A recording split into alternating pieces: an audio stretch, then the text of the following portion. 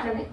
Plain blouse కి lining blouse కి పెద్ద తేడా ఉండదు. ప్లెయిన్ బ్లౌజ్ ఏమో సింగిల్ గా ఒకటే పీస్ తోటి మనం కుడతాం. లైనింగ్ బ్లౌజ్ వచ్చేసి వేరేదే ఒరిజినల్ పీస్ యాడ్ చేసి సేమ్ ప్లెయిన్ బ్లౌజ్ లాగానే కుడతాం.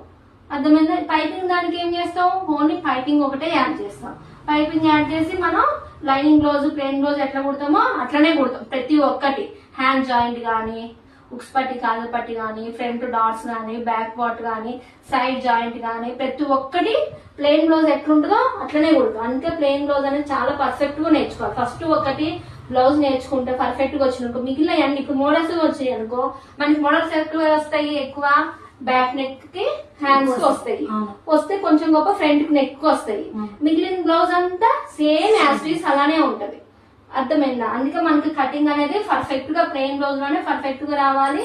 స్టిచ్చింగ్ కూడా పర్ఫెక్ట్ గా రావాలి. అర్థమైంది కదా? ప్రతి ఒక్కటి కూడా మనం ప్లెయిన్, అందుకే బేసిక్ అనేది నీకు అన్ని రోజులు తీసుకున్నా